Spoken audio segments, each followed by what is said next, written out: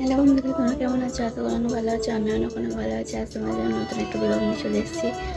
আর তোমার দাদাভাই এখন চারটে খেয়ে চলে গেছে কাছে। এবার আমি ঘরের সমস্ত কাজকর্ম সব সেরে নেবো।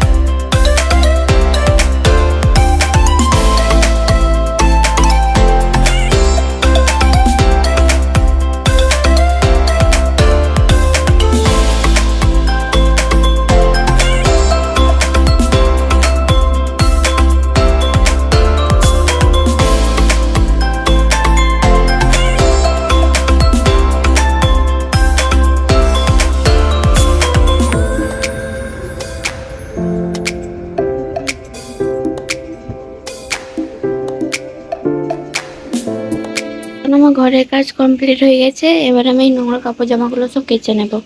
এখন আমার কাপড় ধোয়া হয়ে গেছে। এবার আমি কিচেনে সব একটু বাসনগুলো ধুয়ে নেব। তো এখন আমার ঘরে সব কিছু কাজ হয়ে গেছে। এবার আমি চানটা করে নেব। তো এখন আমার চান করা হয়ে গেছে। এবার আমি রান্নার জন্য সব কিছু সবজি কেটে নেবো। আর আজকে রান্নাতে বানাবো ডিম দিয়ে, আলু দিয়ে, পটল দিয়ে ঝোল।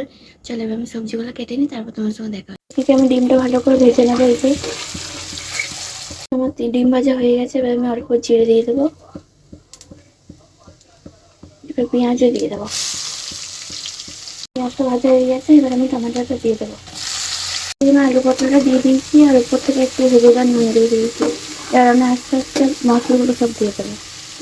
অল্প করে একটু আদা রসুনের পেস্টও দিয়ে দিয়েছি, আর একটু ধনিয়া গুঁড়োও দিয়ে দিয়েছি। এবার এটা আমি ভালো করে কষিয়ে নেবো।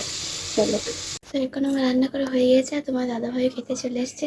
চলো এবার আমরা খাবারটা খেয়ে নিই, তারপর তোমার সঙ্গে দেখা হচ্ছে। তো এখন আমাদের খাবার খাওয়া হয়ে গেছে। এখন আমি একটু ঘুমাবো, তারপর তোমার সঙ্গে বেকার দেখা হচ্ছে। তো এখন আমি ঘুম থেকে উঠে পড়েছি। আর চান করার সময় যে জামা কাপড়গুলো কেচেছিলাম সেগুলো এখন গুছিয়ে নেবো।